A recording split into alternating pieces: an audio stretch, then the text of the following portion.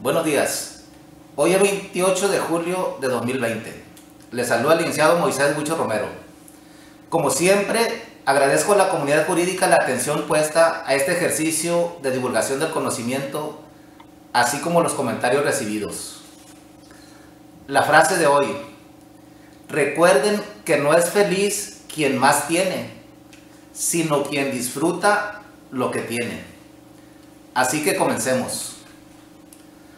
Antes de iniciar con el estudio de todas y cada una de las causas excluyentes del delito a que se refiere el artículo 26 del Código Penal del Estado de Sinaloa, creo pertinente analizar los artículos del Código Nacional de Procedimientos Penales que se refieren a los requisitos que deben contener las sentencias que se pueden dictar en un procedimiento penal, mismas que, como todos sabemos, pueden ser sentencias absolutorias o pueden ser sentencias condenatorias.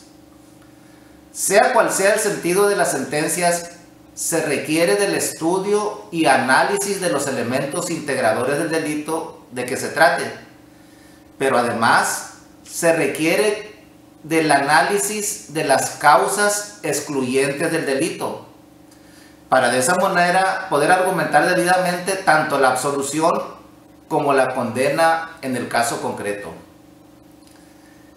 Esto justifica sobradamente el estudio de los elementos positivos o integradores del delito, así como los elementos negativos o causas excluyentes del delito, lo cual nos demuestra la importancia de conocer la teoría del delito en la aplicación práctica del nuevo sistema de justicia penal. Así que analicemos en primer lugar el artículo 405 del Código Nacional de Procedimientos Penales, que dice textualmente: sentencia absolutoria. En la sentencia absolutoria, el Tribunal de Enjuiciamiento ordenará que se tome nota del levantamiento de las medidas cautelares en todo índice o registro público y policial en el que figuren, y será ejecutable inmediatamente. En su sentencia absolutoria, el Tribunal de Enjuiciamiento determinará la causa de exclusión del delito, para lo cual podrá tomar como referencia en su caso las causas de atipicidad, de justificación o inculpabilidad bajo los rubros siguientes. Número 1.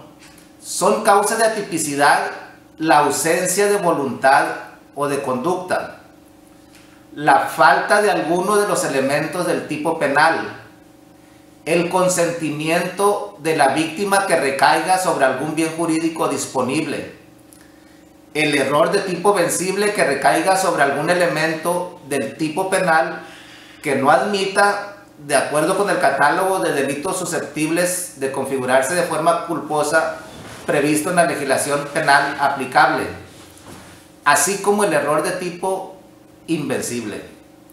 Número 2. Son causa de justificación el consentimiento presunto, la legítima defensa, el estado de necesidad justificante, el ejercicio de un derecho y el cumplimiento de un deber. O, número 3. Son causas de inculpabilidad el error de prohibición invencible, el estado de necesidad disculpante, la inimputabilidad y la inexigibilidad de otra conducta. De ser el caso, el Tribunal de Enjuiciamiento también podrá tomar como referencia que el error de prohibición vencible solamente atenúa la culpabilidad y con ello atenúa también la pena, dejando subsistente la presencia del dolo, igual como ocurre en los casos de exceso de legítima defensa e imputabilidad disminuida. Como puede observarse, este artículo guarda una muy estrecha relación con el artículo 26 del Código Penal del Estado de Sinaloa, que establece las causas de exclusión del delito, por lo cual es importante analizarlas para poder determinar en un caso concreto si llegan a actualizarse o no y de esa manera se pueda dictar una sentencia correctamente fundada. Además, tenemos el artículo 406 del mismo Código Nacional de Procedimientos Penales, el cual se refiere a la sentencia condenatoria.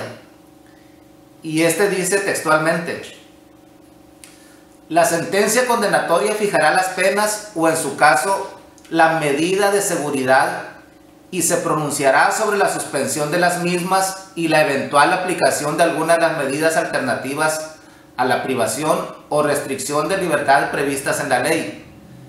La sentencia que condenare a una pena privativa de libertad deberá expresar con toda precisión el día desde el cual empezará a contarse y fijará el tiempo de detención o prisión preventiva que deberá servir de base para su cumplimiento. La sentencia condenatoria dispondrá también el decomiso de los instrumentos o efectos del delito o su restitución cuando fuere procedente. El Tribunal de Enjuiciamiento condenará a la reparación del daño cuando la prueba producida no permita establecer con certeza el monto de los daños y perjuicios o de las indemnizaciones correspondientes. El Tribunal de Enjuiciamiento podrá condenar genéricamente a reparar los daños y los perjuicios y ordenar que se liquiden en ejecución de sentencia por vía incidental, siempre que estos se hayan demostrado, así como su deber de repararlos.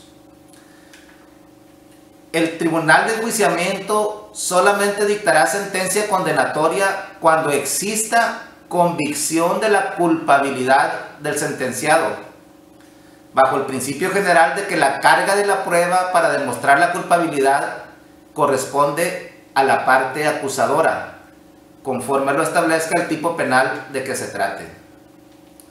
Al dictar sentencia condenatoria se indicarán los márgenes de la punibilidad del delito y quedarán plenamente acreditados los elementos de la clasificación jurídica, es decir, el tipo penal que se atribuye, el grado de la ejecución del hecho, la forma de intervención y la naturaleza dolosa o culposa de la conducta, así como el grado de lesión o puesta en riesgo del bien jurídico.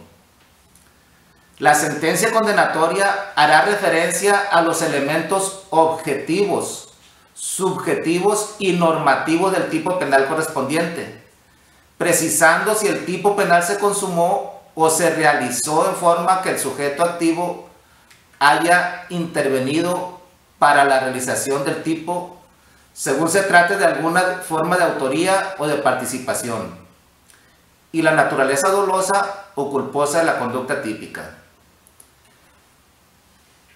Vean, escuchen bien este último párrafo, dice: en toda sentencia condenatoria se argumentará por qué el sentenciado no está favorecido por ninguna de las causas de la tipicidad, justificación o culpabilidad. Igualmente se hará referencia a las agravantes o atenuantes que hayan concurrido y a la clase de concurso de delitos si fuera el caso. Hasta aquí este artículo. Como puede observarse, para poder dictar una sentencia condenatoria resulta estrictamente necesario que se analicen las causas excluyentes del delito, puesto que el juzgador, en la sentencia respectiva, por mandato expreso del artículo acabado de leer, además de explicar por qué se encuentran acreditados los elementos objetivos, los elementos subjetivos y los elementos normativos del tipo penal correspondiente, debe precisar si el tipo penal se consumó o se realizó en grado de tentativa, así como la forma de autoría o de participación, y si este fue doloso o culposo. Es decir, debe analizar todos los elementos positivos o integradores del delito que ya hemos venido analizando en las anteriores emisiones y que por lo tanto ya sabemos cuáles son tales elementos. Pero también debe argumentar por qué el sentenciado no está favorecido por ninguna de las causas de atipicidad, de justificación o de culpabilidad, a las cuales se refiere el artículo 26 del Código Penal del Estado de Sinaloa. De lo anterior, emerge sin ninguna duda la necesidad del estudio y la comprensión de la teoría del delito, no solo en cuanto a los elementos que lo integran, sino también en cuanto a los elementos negativos del mismo o causas excluyentes del delito.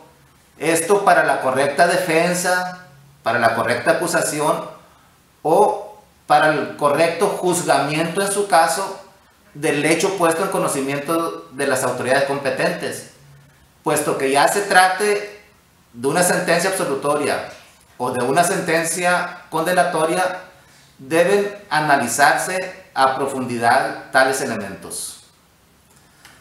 Hasta aquí el tema de hoy. Espero haya sido de interés. Hasta la próxima.